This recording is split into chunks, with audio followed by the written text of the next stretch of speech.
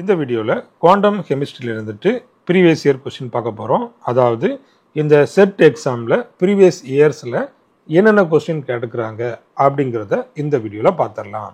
இப்போ தான் என்னுடைய சேனலுக்கு நீங்கள் புதுசுனா என்னுடைய சேனலை சப்ஸ்கிரைப் பண்ணிவிடுங்க. டிஆர்பி சம்மந்தமான எல்லா நியூஸும் உங்களுக்கு உடனுக்குடன் வந்து சேரும். டிஆர்பி சம்மந்தமான எல்லா கொஸ்டின் டிஸ்கஷன், எல்லா concept discussion, test batch, online classes, so எல்லாமே உங்களுக்கு கிடைக்கும்.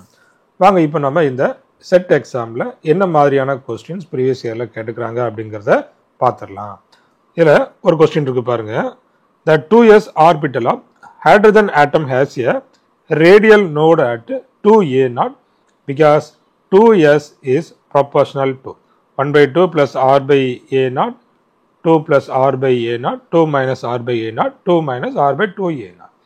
என்ன கேட்டுக்கிறாங்க? 2s ஆர்பிட்டல் ஆஃப் ஹைட்ரஜன் ஆட்டம். அப்போ அது இந்த 2s ஆர்பிட்டாலுக்கு ரேடியல் நோடு எதில் இருக்கான்? 2a0 இருக்குதான். ஏன்னா 2s is proportional two days. அப்போ இந்த கொஸ்டினுக்கு ஆன்சர் தெரியணும் அப்படின்னாச்சுன்னா இந்த ரேடியல் ஐகன் ஃபங்க்ஷன், இந்த ஹைட்ரஜன் ஆட்டத்துக்கான ரேடியல் ஐகன் ஃபங்க்ஷன் உங்களுக்கு தெரிஞ்சிருக்கணும். அப்போ அதுக்கான ஜென்ரல் ஈக்குவேஷனை ஃபர்ஸ்ட் நம்ம பார்த்துடலாம். இந்த ரேடியல் ஐகன் ஃபங்க்ஷனுக்கான ஜென்ரல் ஈக்குவேஷன் தான் இது. இப்போ இந்த ஃபார்முலாவை நீங்கள் நல்லா மெமரி பண்ணி வச்சுக்கிடணும். RNLR is equal to root of 2z by n a0 whole power cube. அதுக்கப்புறம் n minus l minus 1 factorial divided by 2n into n plus l factorial whole cube. அடுத்தபடியாக 2zr by n a0 l whole power l. அடுத்தது l 2l plus 1 n plus 1 exponential minus 2zr by n a0. அப்போ இது வந்துட்டு இந்த radial eigen function, general form of radial eigen function. இப்போ இந்த radial eigen ஃபங்க்ஷனில் நாம் இங்கே என்ன ஆர்பிட்டால் கேட்டிருக்குது? 2s ஆர்பிட்டால் கேட்டிருக்குது இல்லையா?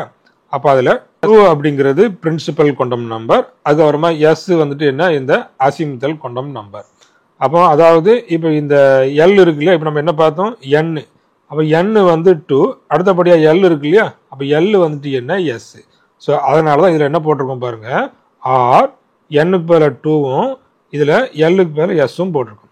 சரிங்களா? அதான் பாருங்க, ஆர் இந்த அதாவது இந்த எஸ்ஸுக்கு பதிலாக 0. அப்போ அதாவது எஸ் ஆர்பிட்டாலுக்கு எல் வேல்யூ என்ன வந்துடும்? எல் வேல்யூ வந்துட்டு 0.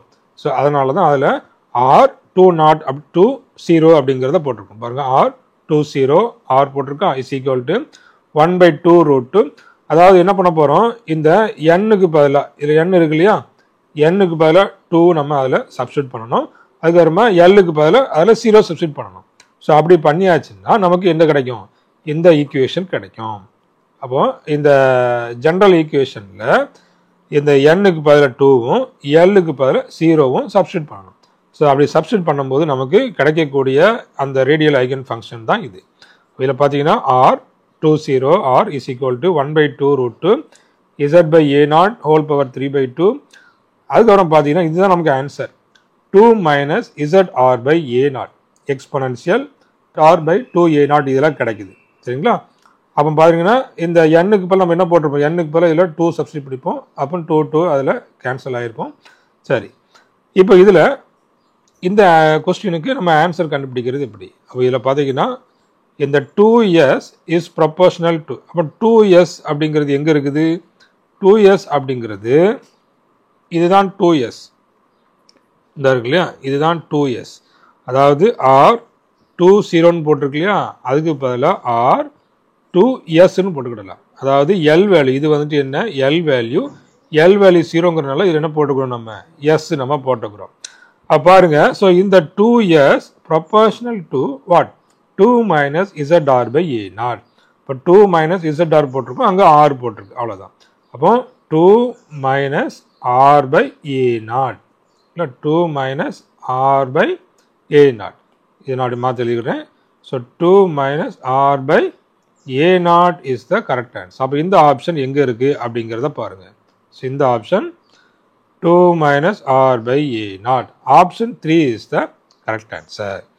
அப்போ இந்த மாதிரியான கொஸ்டினுக்கு இப்படி தான் ஆன்சர் கண்டுபிடிக்கணும். அப்போ என்ன நீங்கள் ஞாபகம் வைக்க வேண்டியதுன்னா அந்த ஜென்ரல் ஃபார்ம், அந்த ரேடியல் ஐகன் ஃபங்க்ஷன் இருக்கு இல்லையா? ஸோ அதனுடைய ஜென்ரல் ஃபார்மை நீங்கள் ஞாபகம் பண்ணி வைக்கணும்.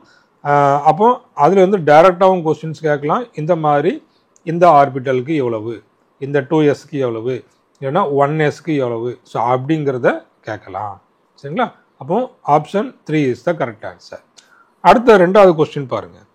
An electron confined in one-dimensional box of with 1 Armstrong can have quantized value of energy in electron volts. இப்போ பார்த்தீங்கன்னா இந்த ஒரு எலக்ட்ரான் இருக்குது, எலக்ட்ரான் 1 dimensional பாக்ஸில் இருக்குது. அப்போ அதனுடைய வித்து எவ்வளவா, வித்து வந்துட்டு 1 ஆம்ஸ்ட்ராங்கிறத கொடுத்துட்டாங்க. Have quantised value of energy. அப்போ 1 ஆம்ஸ்ட்ராங், அப்போ இங்கேருந்து இவ்வளோ தூரம் எவ்வளவு, 1 ஆம்ஸ்ட்ராங். அதுக்கப்புறமா 1 dimensional 1D அப்படிங்கிறத கொடுத்துட்டாங்க. அதனுடைய குவான்டைஸ்ட் எனர்ஜி, அப்போ n is equal to 1ல எவ்வளவு, n is equal to 2ல எவ்வளவு, n is equal to 3ல எவ்வளவு, n is equal to 4ல அதனுடைய வேல்யூஸ் என்ன, எனர்ஜி என்ன. ஸோ அதுதான் இதில் கேட்டிருக்கு. அப்போ இதில் ஒரு 4 option, 36 electron volt, 152, 342, 400 electron volt. அப்போ இந்த வோல்ட்டில் இந்த ஆன்சரில் எதெல்லாம் இங்கே வந்து குவான்டைஸ்ட் எனர்ஜியாக வரும் அப்படிங்கிறத கேட்டுக்கிறாங்க. அப்போ என்ன பண்ணணும் அப்படின்னு பார்த்தீங்கன்னா, இந்த எனர்ஜி ஃபார்முலாவை எழுதி விடணும் இல்லையா. En is equal to n square h square by 8ma². அப்போ இதில் 1 ஆம்ஸ்ட்ராங் பதில் நீங்கள் அதனுடைய value 1 into 10 power minus 10 metre அதை போடணும். ஹெச்சுக்கு பதிலாக இந்த பிளாங்க்ஸ் கான்ஸ்டன்ட் வேல்யூ போடணும். இது வந்து mass of the electron, electron தான் கேட்டிருக்குது, மாஸ் ஆஃப் த எலக்ட்ரான் போடணும். மற்றபடி இதில் எண்ணுக்கு பதிலாக ஃபஸ்ட் என்ன போடணும், 1 போட்டு பார்க்கணும், அடுத்து 2 போட்டு பார்க்கணும். அந்த அதாவது 2 ஸ்கொயர், 1 ஸ்கொயர், 3 ஸ்கொயர், 4 ஸ்கொயர். அப்போ என்ன பண்ணணும்னு பார்த்தீங்கன்னா, இந்த n ஸ்கொயரை மட்டும் விட்டுருங்க, விட்டுட்டு இதனுடைய வேல்யூவை கேல்குலேட் பண்ணணும். அதாவது h ஸ்கொயர் பை 8ma²னுடைய வேல்யூ என்ன, அதுவும் எலக்ட்ரான் வோல்ட்டில் நீங்கள் கண்டுபிடிக்கணும். ஸோ அப்படி கண்டுபிடிச்சிட்டிங்கன்னா ஃபஸ்ட்டு 1 ஸ்கொயரால் மல்டிப்ளை பண்ணி பார்க்கணும். அடுத்தது இந்த 2 ஸ்கொயர் 4 இன்ட்டு இதனுடைய வேல்யூ வரும் இல்லையா, அதை மல்டிப்ளை பண்ணி பார்க்கணும். அதுக்கப்புறமா 9 இன்ட்டு அதனுடைய வேல்யூ. ஸோ இப்படி மல்டிப்ளை பண்ணிட்டீங்கன்னா இந்த வேல்யூஸ் வருதா அப்படிங்கிறத பார்க்கணும். அதாவது குவான்டைஸ்ட் எனர்ஜி வருதா அப்படிங்கிறத பார்க்கணும். அப்போ இதில் எதெல்லாம் வருது, only 1 is correct, R only 3 is correct, R only 2 and 3 is correct, இல்லைனா 4 இஸ் கரெக்ட். அப்போ இதில் நம்ம செக் பண்ணும்போது என்ன ஆன்சர் வந்தது அப்படிங்கிறத பாருங்கள். இதில் n square h square by 8 ml² or ma². அப்போ இதில் நம்ம என்ன போட்டிருக்கோம், இதில் இந்த 1 ஸ்கொயர், இதில் வந்துட்டு ஃபஸ்ட்டு 1 ஸ்கொயர் போட்டோம் சரிங்களா. 1 square h square by 8 ml². சரி, அப்போ இதில் 1 ஸ்கொயர் போடும்போது என்ன வருது, 37.8 எலக்ட்ரான் வோல்ட். அதாவது இந்த 1 ஸ்கொயர் போட்டுக்கிறோம், 6.6 இன்ட்டு 10 power minus 34, அதுக்கப்புறமா 8 இன்ட்டு இந்த மாஸ் ஆஃப் எலக்ட்ரான், அதுக்கப்புறமா இந்த ஆம்ஸ்ட்ராங் அதையும் போட்டாச்சு. ஸோ இப்போ எல்லாத்தையும் நம்ம போட்டு சால்வ் பண்ணதுக்கு அப்புறமா 37.8 எலக்ட்ரான் வோல்ட் வரும். 37.8 எலக்ட்ரான் வோல்ட். இப்போ அப்போ வந்து ஃபஸ்ட்டு ஆப்ஷன் பார்த்தீங்கன்னா எவ்வளோ இருக்குது, 36 தான் இருக்குது. நமக்கு இங்கே வந்தது எவ்வளவு, 37.8 வந்துருக்குது. அடுத்தது பார்த்தீங்கன்னா இப்போ 2 போட்டு பார்க்கலாம். 2 ஸ்கொயர், இப்போ 2 ஸ்கொயர்னா 4 இன்ட்டு 37.8 எவ்வளோ வருது, 151.2. இப்போ 151.2, அப்போ அப்ராக்சிமேட்டாக இந்த 152 பக்கத்திலே வருது. அடுத்தபடியாக பார்த்தீங்கன்னா 3 ஸ்கொயர் போட்டு பார்க்குறோம், அப்போ என்ன வருது 9. ஸோ 9 இன்ட்டு 37.8 340.2 எவ்வளோ வருது, 340.2 எலக்ட்ரான் வோல்ட் வருது. அப்போ ஃபஸ்ட் ஒன்றும் கிட்டத்தட்ட 37.8 வருது. அடுத்தது பார்த்தீங்கன்னா இந்த ரெண்டும் அப்ராக்சிமேட்டாக என்ன வருது, 151.2 வருது, 340.2 வருது. அப்போ இதில் only 2 and 3 is correct. So இந்த ஆப்ஷனை நம்ம எடுத்துக்கிடலாம் சரிங்களா, ஒன்லி 2 and 3. அடுத்தது பார்த்தீங்கன்னா அடுத்தது எவ்வளோ வருது, E4. அப்போ எண்ணுக்கு பதிலாக 4 போட்டோம்னா 4 ஸ்கொயர் 16 இன்ட்டு 37.8 604 வந்துடுது. அப்போ இந்த ஆப்ஷன் கிடையாது இல்லையா, 400 எலக்ட்ரான் வோல்ட் வந்துட்டு இதில் கிடையாது. ஸோ அப்போ ஒன்லி 2 and 3 இஸ் கரெக்ட். அப்போ option 3 is the correct answer. Question இருக்கு பாருங்க. The ground state E0 of helium atom derived by perturbation theory is. என்ன கேட்டிருக்காங்க, கிரவுண்ட் ஸ்டேட் அதாவது E0, கிரவுண்ட் ஸ்டேட்டில் அந்த E0 அதுவும் ஹீலியம் ஆட்டத்துக்கு கேட்டுக்கிறாங்க, derived by perturbation theory. Perturbation theory மூலமாக டெரைவ் பண்ணும்போது இந்த கிரவுண்ட் ஸ்டேட் ஆஃப் ஹீலியம் ஆட்டத்துக்கு என்ன வேல்யூ வருது அப்படிங்கிறத கேட்டுக்கிறாங்க. அப்போ இதுக்கான ஆன்சர் வந்து எப்படி கண்டுபிடிக்கிறது அப்படிங்கிறத நம்ம பார்த்துடலாம். ஸோ அதே போல் அடுத்தது இன்னொரு கொஸ்டின் இருக்கு பாருங்க, அதையும் பாருங்க. If H is the Hamiltonian and using the trial function for H2 plus molecular ion, the energy of antibonding orbital is given by. அப்போ H வந்து ஹேமில்டோனியன் அப்படிங்கிறத சொல்லிட்டாங்க இல்லையா, H இருக்கு இல்லையா, அது வந்து ஹேமில்டோனியன். அதுவரமா இந்த trial function for H2 plus அயானுக்கு இந்த எனர்ஜி ஆஃப் ஆன்டிபாண்டிங் ஆர்பிட்டல் கேட்டுக்கிறாங்க. அப்போ இந்த பாண்டிங் ஆர்பிட்டலுக்கு ஒரு எனர்ஜி உண்டு, ஆன்டி பாண்டிங் ஆர்பிட்டலுக்கு ஒரு எனர்ஜி உண்டு. ஸோ அதுக்கான வேல்யூ டைரெக்டாக கேட்டாங்க. இது எல்லாமே டைரக்ட் கொஸ்டின்ஸ் தான். அப்போ இந்த ஃபர்ஸ்ட் ஒன் பார்த்தீங்கன்னா இந்த பாண்டிங் ஆர்பிட்டலுக்கான எனர்ஜி. அப்போ E plus is equal to பார்த்தீங்கன்னா HAA plus HAB by 1 plus S. இது வந்து என்ன, இந்த பாண்டிங்கான எனர்ஜி. இது வந்து பாண்டிங்கான எனர்ஜி.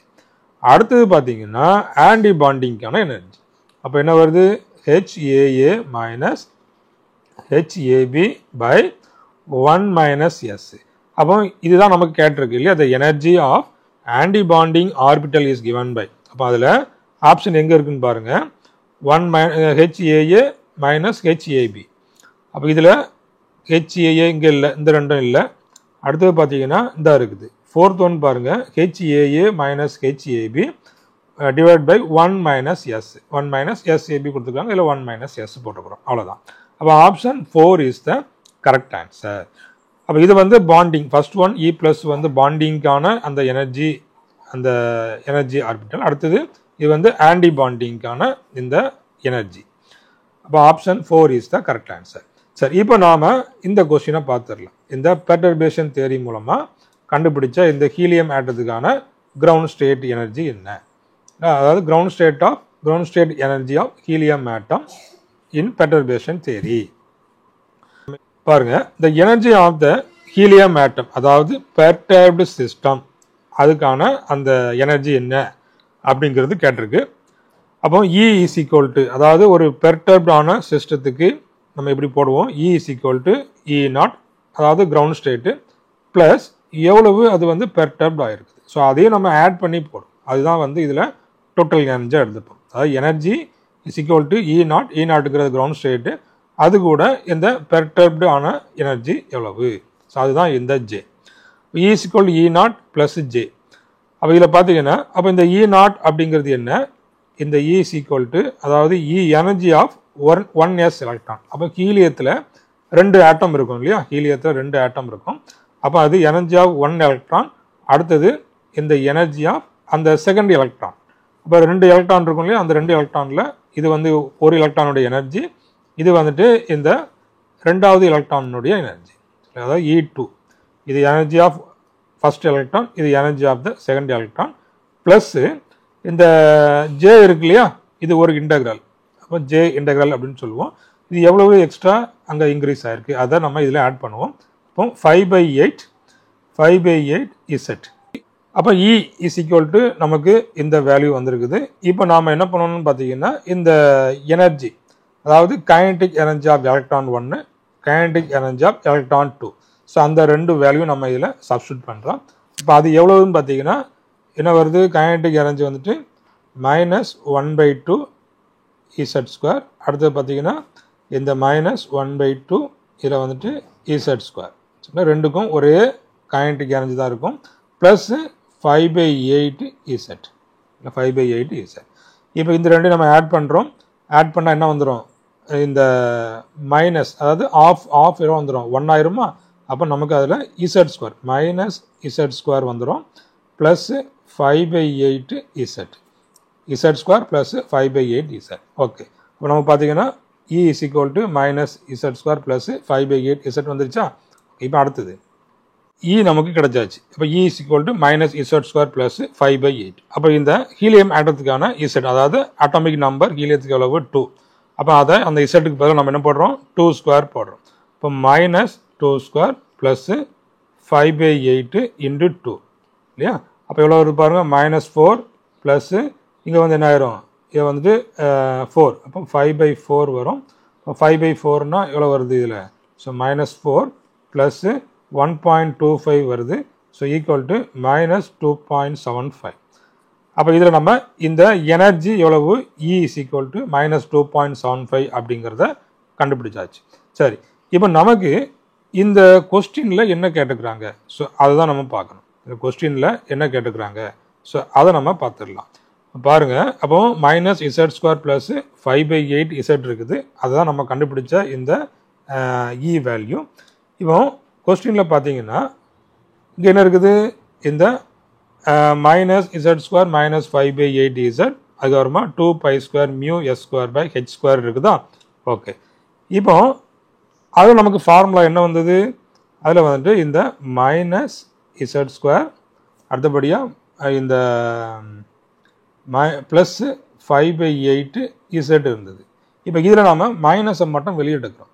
மைனஸை வெளியே எடுத்தோம்னா என்ன வந்துடும், z² -5/8 z இதில் வந்துடுமா. ஓகே, அப்போ இந்த ஆப்ஷன் எங்கே இருக்குது அப்படிங்கிறத பாருங்கள். ஸோ இந்த ஆப்ஷன் தேர்ட் ஆப்ஷன் இருக்கான்னு பாருங்கள், z², அதாவது இந்த இல்லை இங்கே வரும் பாருங்கள், ஃபஸ்ட் ஆப்ஷன்.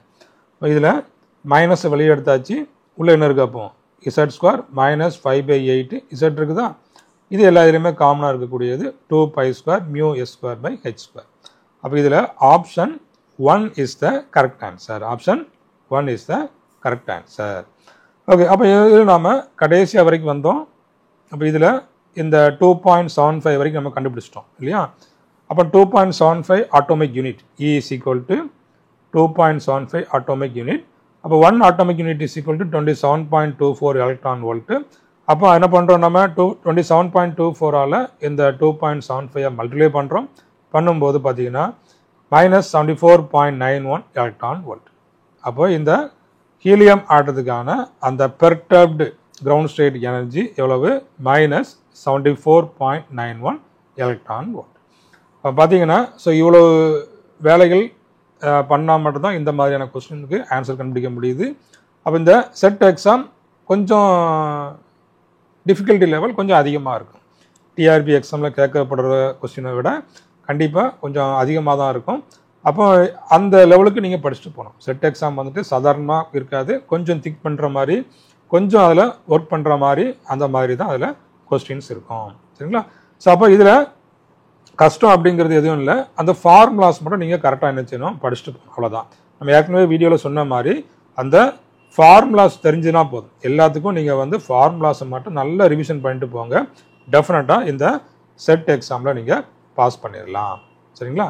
ஓகே, அப்போ தேங்க்யூ, தேங்க்ஸ் ஃபார் வாட்சிங்.